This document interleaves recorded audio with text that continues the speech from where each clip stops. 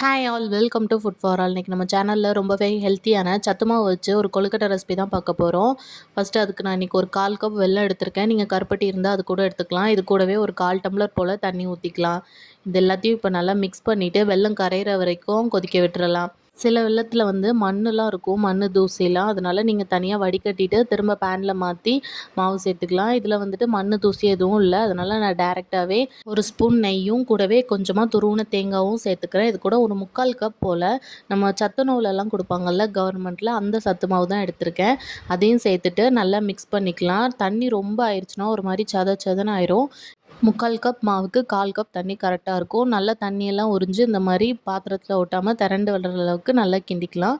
இப்போ ஒரு இட்லி பாத்திரத்தில் கொஞ்சமாக தண்ணி வச்சு ஆவி வந்ததுக்கப்புறமா நல்லா பிடிச்சி ஒரு 5 to 7 நிமிஷம் வேக வச்சா போதும். நீங்கள் வேறு ஏதாவது ஷேப்பில் உருண்டையாக பண்ணுறதா இருந்தால் கூட பண்ணிக்கலாம்.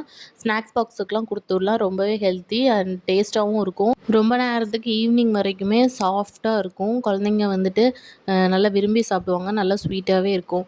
பாருங்கள், ஒன்று எடுத்து நான் பிச்சு காட்டுறேன் எவ்வளோ சாஃப்டாக இருக்குன்னு. இந்த ரெசிபி பிடிச்சிருந்தா நம்ம சேனலை மறக்காமல் சப்ஸ்கிரைப் பண்ணிக்கோங்க. உங்களை இன்னொரு வீடியோவில் பார்க்குறேன். அது வரைக்கும் பாய்.